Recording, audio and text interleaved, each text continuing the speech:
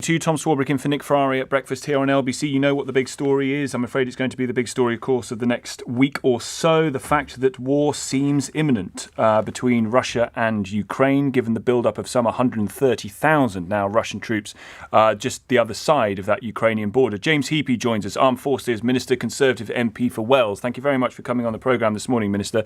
This has been imminent for some time. Why does the Ukrainian president not share your assessment that it's coming in the next few days? Morning to you.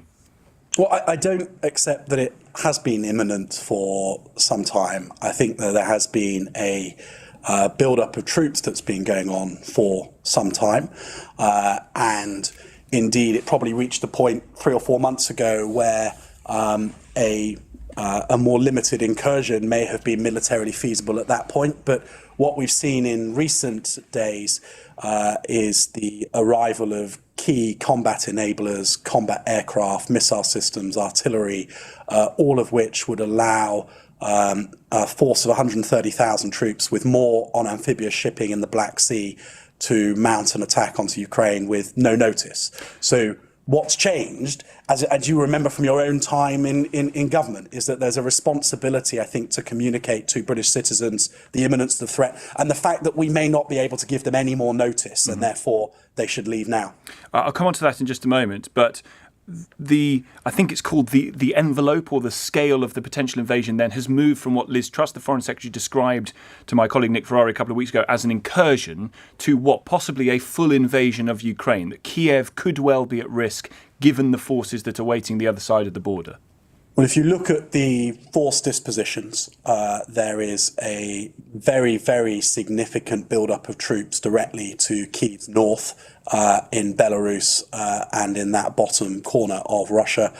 There is a very significant build-up of troops around the Donbass, and there are amphibious forces in the Black Sea. So potentially there are opportunities for at least 3 separate avenues of advance, and that would suggest that there is the capacity, if there is the political will in Moscow, to go for a full-scale invasion. So the British government, as you say, the British government's assessment is that the whole of Ukraine could well be taken. Well, certainly the disposition of Russian forces means that the responsible thing to do is to communicate to British citizens with some urgency that they should leave, because it may not be possible to give them any greater notice. UK troops are coming out of Ukraine, as I understand it as well. How many UK troops, and are they already out?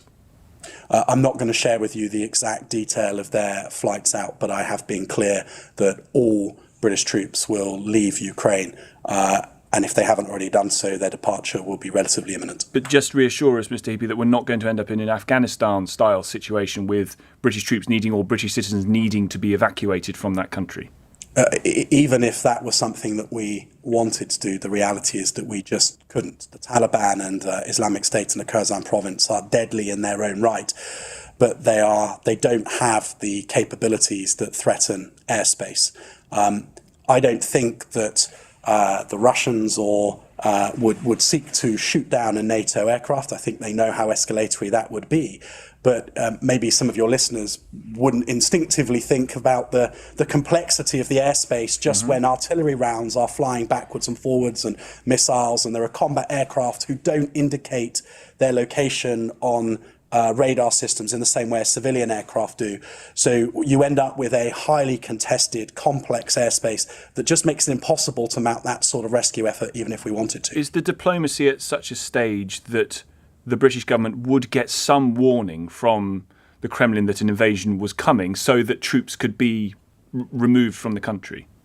Well, I think you'll judge that the fact that we have already taken the decision to remove troops from the country and so to have... But are they out? I mean, that's the concern. Is if they're not out now, then they might not be able to get out. No. I'm confident in our ability to bring them out within the timeline that we've set out, but I'm not going to discuss exact operational detail with you.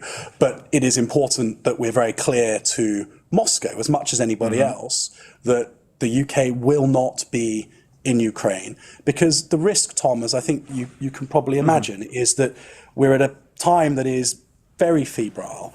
And it's really important there's absolute clarity of message to avoid any risk of misunderstanding, miscalculation, and therefore unnecessary escalation. Will, as much as you're telling UK citizens to get out now, would that advice not also extend to UK commercial airlines not to fly to Ukraine? Well, to my knowledge, and this came up in an interview earlier with Sky, there are no UK airlines that fly to Ukraine. I think Ryanair does, but that's an Irish airline. BA does not. But you would presumably tell UK citizens don't fly to Ukraine on whatever airline they can get it, be it a UK carrier or not. Absolutely. Look, the travel advice applies to people, and our advice is do not travel to Ukraine. And if you are a British citizen in Ukraine, you should leave, because we won't have the opportunity, I think, to give you any more notice. The international aviation community will make judgments over the safety of the airspace and their ability to operate in that country. Right now, to be clear, there's no reason not to fly over Ukraine, because no combat operations have commenced. But I think it's standard practice within the industry. I think, I remember from the early 2000s when Iraq and Afghanistan were underway, that if you were flying to Southeast Asia or onto Australia, that flights from Europe would detour around that airspace for obvious reasons. Given the significance of what may be about to happen, can you guarantee or can you suggest whether or not Parliament will be recalled this week? Well, I mean, that is a matter for the Speaker, the Prime Minister and the leaders of the opposition parties.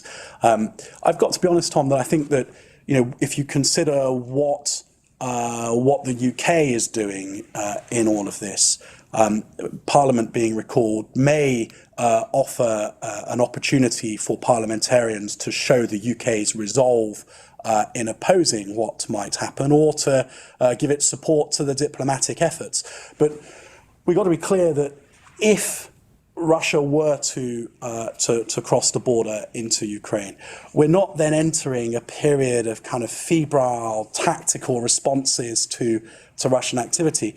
We're entering into a period of sustained strategic competition with Russia, in which we need to make sure that Putin's wider aims, beyond any territorial aim he may have in Ukraine, but his wider aims about Russia's role in the world, his wider aims around constraining NATO, that he fails to achieve those, and that NATO shows its resolve within its own borders. The international community shows its commitment to economic sanctions, and that Russia is made a pariah. Sorry, but we've been there before. We had this in 2014 when the Russians stepped into Crimea, and some of your former colleagues, Sir Michael Fallon amongst them, former Defence Secretary, saying that sanctions were not enough then and they're probably not going to be enough now. What is it that is actually planned to hit Russia should they do this? We've not heard about what sanctions the UK would actually enforce here.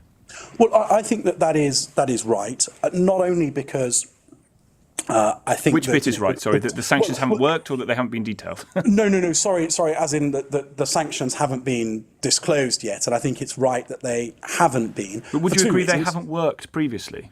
Well, I think that the sanction package that was put in place after the annexation of Crimea clearly didn't work, because Putin carried on with his behaviour over the decade that followed, and there are a number of things that he has done. Why weren't the UK government then strong enough? What, in 2014? Yeah. Well, I think the international community collectively at that point did not I don't think this is to say anything that's particularly new, didn't do something that deterred further behaviour from Putin that may have stopped this. Now, what we need to make sure, and the point is that when I said, look, it's right, nothing's been said yet, international consensus is required. What really matters is the cohesion of the Western Alliance and the resolve of the Western Alliance to stand by the sanctions package indefinitely. This can't be something that just runs for weeks or months. It's something that has to run for years. We have to also be cognizant of the fact that the impact of the sanctions will fall unequally amongst allies, and therefore getting the diplomacy right before you announce the package so that allies aren't peeled away as the sanction package is unpicked and its meaning becomes clear to the various countries that have signed up for it. I think that is all necessary diplomacy, and it's right that we do that diplomacy behind closed doors, not live on the airwaves. Heck of a tightrope. Thank you for your time. James Heappey, you're the Armed Forces Minister, Conservative MP for Wales. We'll discuss this more. We'll be live to Ukraine in a few moments, just after the news at 8 o'clock, next on LBC. On your radio, on Global Player, and Play LBC. leading Britain's conversation. This is LBC. From Global's newsroom at 8 o'clock, Downing Street says the crisis on Ukraine's border has reached a critical juncture and that Russia could invade at any moment. Boris Johnson's due to hold talks with allies and then travel to Europe